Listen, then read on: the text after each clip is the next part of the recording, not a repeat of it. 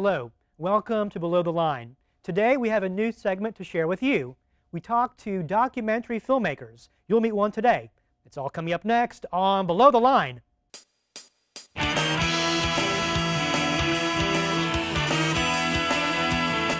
It's Below the Line with George Peroulas. On tonight's show,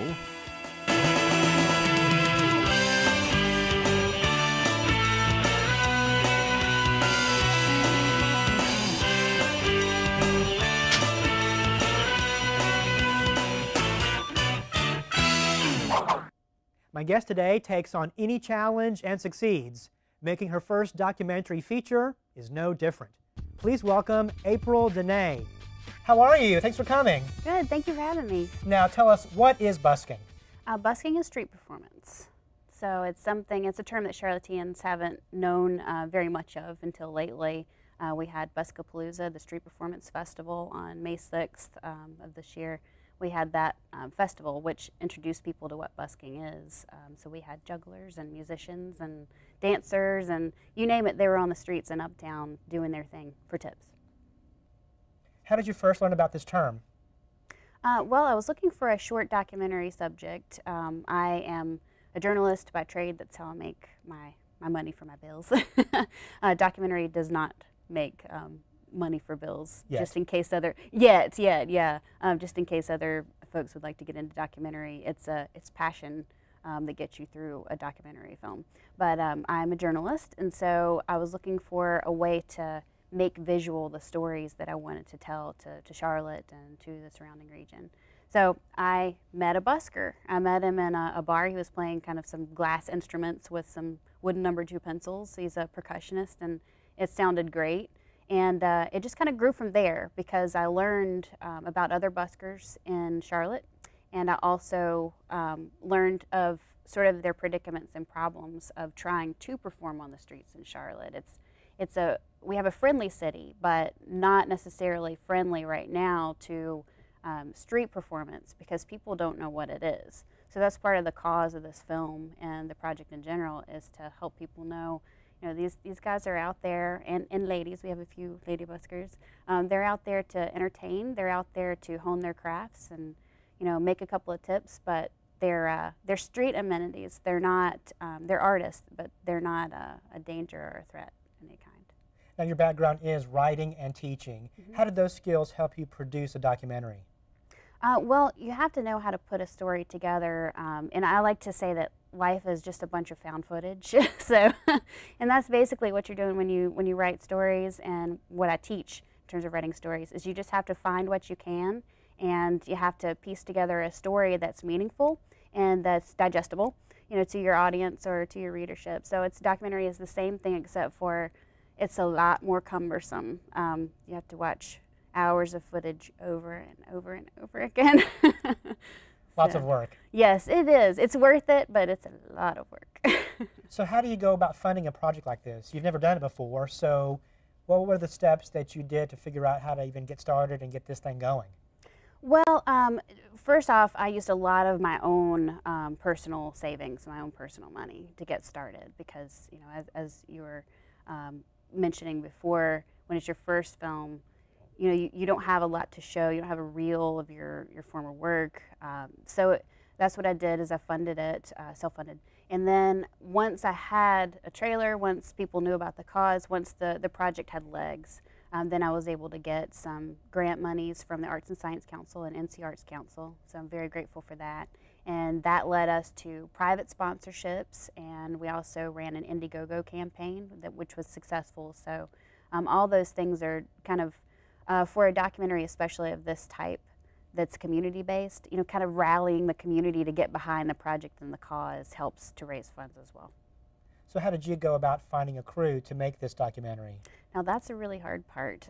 Whenever you're working on a narrative film, you know, you say, are you available for these days and these times? And they say, yes.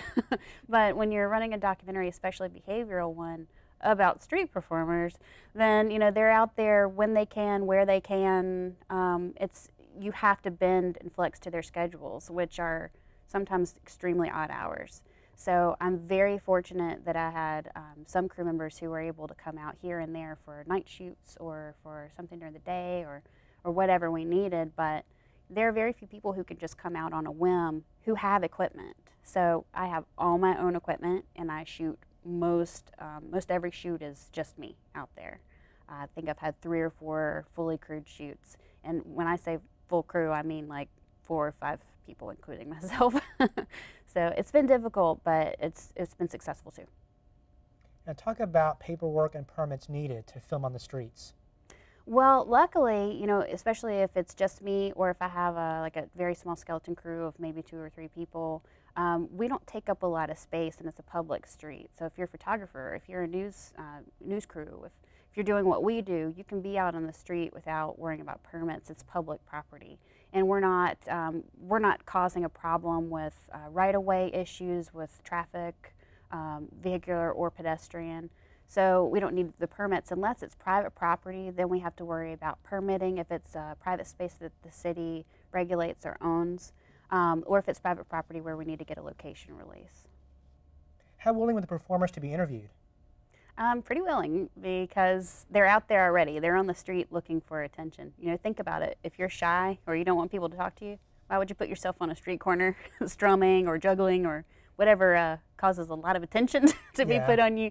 So, I mean, they were very willing. The only issues I've come up with is very few, first off, very few issues. But, you know, if you get a performer who maybe is public about the art but private about themselves, I've had that happen 1 or 2 times. And, you know, lessons that I've learned is I've learned that they're not, your documentary subjects can become your friends, but especially when you're first meeting them, they're not your friends yet. I'm very friendly, so I see everyone as a friend or a potential friend.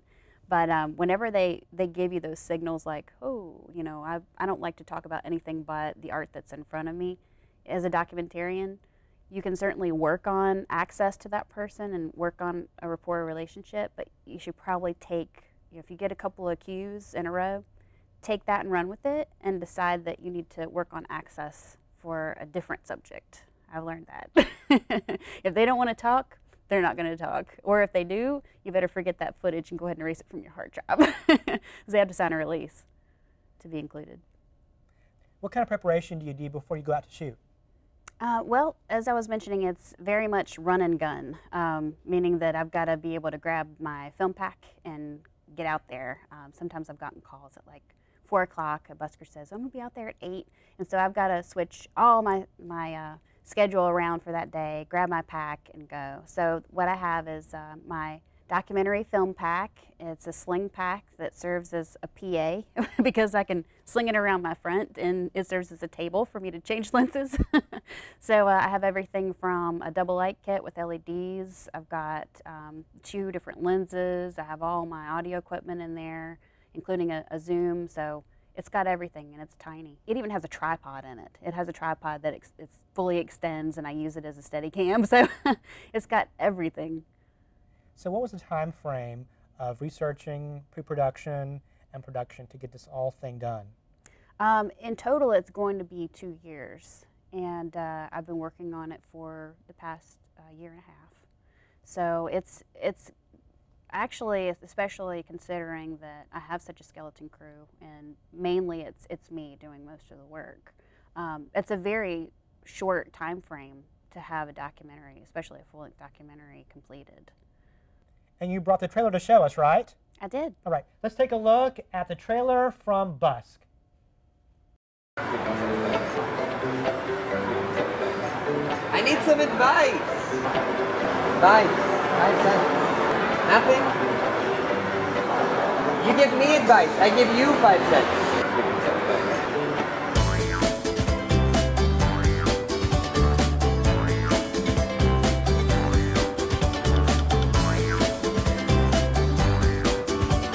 I'll get a note in my hand that says, could you move down? I just want to sing at my spot.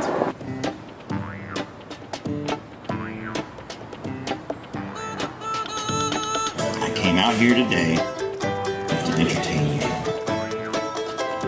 Free show in the corner!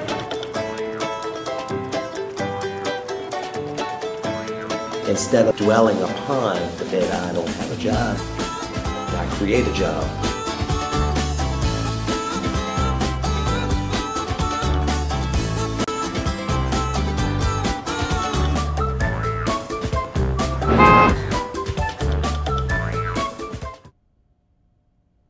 Very nice. I'm sure you met a lot of interesting people. I sure have, a lot. Anyone in particular that stands out? In terms of the buskers? Well, I mean, I love all of them. I mean, they're all very unique people, and they all have very different stories. So, no, I really wouldn't pick any one person out. Of course, the documentary itself follows 4 specific buskers. And the reason that, those buskers were chosen is they have a longer history. So a lot of them have been out on the street for over 10 years here in Charlotte. It's just that, there weren't many of them out there. And I like to call them the perseverant kind of renegade buskers, because even when the city went through changes, especially in Uptown where, it wasn't really safe or wasn't accepted to be out there, they still were out there. So they've been through it all. That's why I chose them. With the exception of one of the buskers who is the newbie perspective. So she's a busker that wanted to come out on the street, wanted to busk, but was afraid to for various reasons. So the movie also explores all those reasons why a lot of artists won't come out on the street and perform, the hesitations that they have, and sort of laying those issues to rest as part of the film. Why did you make this documentary? Well, it started out as just a little seminal piece, in my film career. And it's grown to the very large-scale project that it is, and the feature documentary that it will be, because it's a cause that I believe in. I believe in the artists in the city. I believe in what these artists are doing when they're on the street. I mean, I believe in what they're doing behind closed doors as well, in the galleries, in the theaters. But I really want to help Charlotte on its way to becoming what it wants to be, which is a city that is world-class and is accepting of the arts and encouraging of local grassroots art. And even you think about indie filmmaking, we're in the same boat. That's art, and it's art that is not necessarily attached to a big studio. It's art that's again, it's renegade. It's some of the most beautiful work that you'll find is work that is put together with blood, sweat, tears, heart, passion.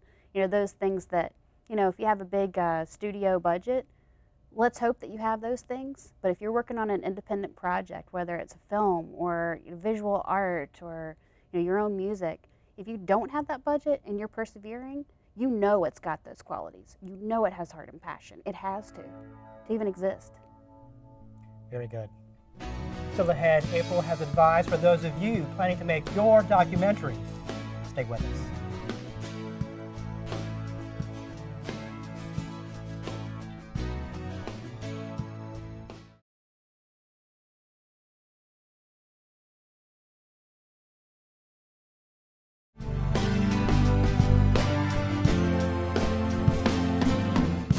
We're back with April Denee. April, what did you learn from making this documentary? Oh, a lot. People talk about a film being, their first film being film school, and this definitely has been film school, especially because I've been doing everything from, the pre-production, of course, writing the actual outline for the film and guiding that as a director, all the way to the cinematography of it, directing crew, editing the film. It's the whole shebang. So it's been a wonderful learning process. But in terms of maybe helping some other folks who are interested in documentary sort of get off and running in the Charlotte area, from my experience, I've learned that what you read and what you hear about making sure you have release forms signed before you roll, it's true. I learned that the hard way, that I sort of was taking it from the perspective of, you need a release to be signed, but if they say that they're going to sign it, they'll sign it. But I had one particular potential subject that promised he would sign it, promised he would sign it, promised he would sign it. It never got signed. And 6 months later, in a lot of footage, it's all unusable. And I would say I wasted that time, but fortunately for me, because it's it's my first film, that was time that I could use to learn new camera techniques and tricks and learn the streets. He was one of our first subjects, so I learned how to film on the streets the most effective ways. So that was fortunate for me. But if it's not your first film and you have a situation like that where a subject is promising to sign, you just got to draw the line in the sand, and you have to be hard about it. You know, it's documentary film, film in general, art in general. It's a business. If you want to succeed, it's also a business. And so go ahead and say, hey, would you like to sign it? Yes or no right now? No? Okay, nice to meet you. And move on to the next subject. So I learned that. That was important.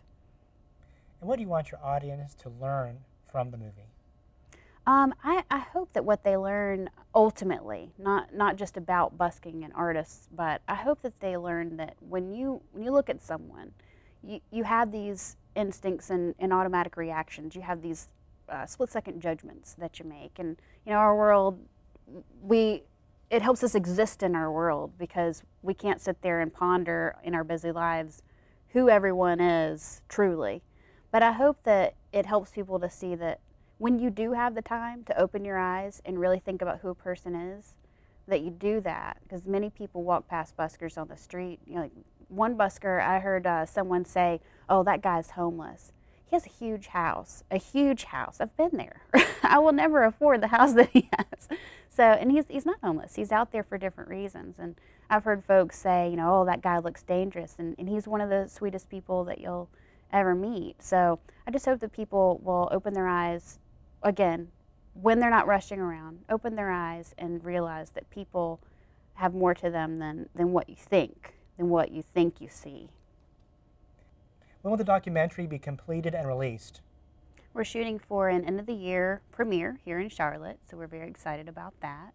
And then the DVD will be released after that premiere. And what advice can you give to those people who want to go out and make a documentary? Oh, first off, be prepared to go alone, especially if you're doing a behavioral documentary. So what that really means is just make sure you have your own equipment, and whoever you use to crew up, you really need to get folks who have their own equipment as well. It's sometimes worked out for me to have, you know, piece together people who have equipment and then people who can run the equipment on the specific day that I need them. But again, it's such a messy production schedule, if you will. I mean, really, I want to say production schedule with air quotes. So, you know, if you have your own equipment and you carved out the time to be able to spend on the documentary, it's not a weekend warrior project. There are, of course, some documentary subjects that could be a weekend warrior sort of thing where you can schedule everything on the weekends, but for a behavioral documentary, you've got to go where the subject is, when the subject's there, and that could mean at any time. Now, other advice, though, is especially on the funding side, this is something that I wish I had done sooner, lessons learned, is go ahead in the very, very beginning when you're trying to crew up and whenever you're trying to get that beginning seed money, go ahead and make some proof of concept of your work, even if it's, you know, a little trailer sequence that just shows photography that you put together in sort of a cinematic slideshow form, or even if it's an interview of yourself, kind of like you see on the crowdfunding sites. They'll do, you know, a little director interview about what the documentary is about, what the project's about. Get that up on a website as soon as you can and get some cards made, because what I ran into is, especially access issues, is, you know, if I want to go shoot on location at a private location here in Charlotte, and I get there and I say, well, my name is April and I'm doing a documentary, and they're like, hello, who the heck are you? So if you have something to show, you know, you have collateral, if you have a website to point to, then they're more likely to understand what you're doing and grant you the access that you're going to need, especially if you've got to work with any kind of organizations, government officials, anything like that. And for all those people out there who have secret talents, who want to sing or perform or do artwork, how do they go about busking on the streets of any town? Well, of any town, they're going to do a little bit more research than I can provide for them. But if it's in Charlotte, then I already have a resource ready-made, and it's actually continuing to develop on the Busk website, buskmovie.com/trybusking. If you go there, you'll see that all the busking-related laws and regulations in Charlotte are listed there. There's also a link directly to the city ordinances, so you can read the language yourself. But what you'll find on the site is all layman's terms, so anyone can understand it. And you've also got resources on there like tips from buskers and from our experiences with the film. When are the best times to go busk? Where are the best places to go busk? What about safety issues? Some people are concerned about that. So you can see that there's an article there about how to go in numbers and how to get the best tips. What you can do in your performance to garner more tips for yourself. So lots of resources there on the site. Very good. And what do you have coming up next besides getting this movie ready to go out there? Well, it's going to be a while before the film's finished, and I've got my heart set on a narrative film. I already have the ideas churning and some scripts working, and I'm ready to jump over to narrative film, because documentary, it takes a lot out of you. And I know narrative film does too, but I'm ready to make the switch and have a little narrative fun. Well, I'm sure you will succeed. Best of luck to all of you in the movie. We look forward to seeing it, and thank you so much for coming. Thank you. Below the Line continues right after this.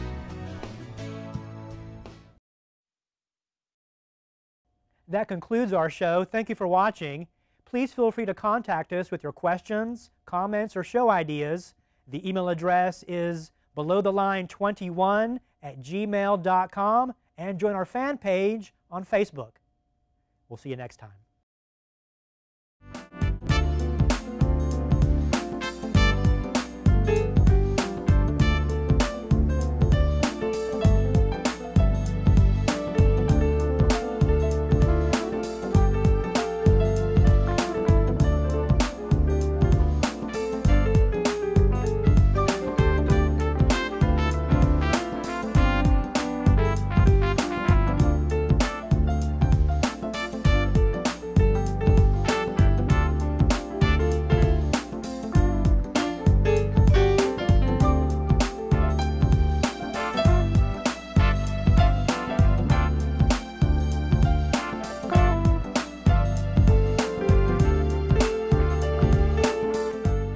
For more information, comments, or questions about the show, email us at belowtheline21@gmail.com.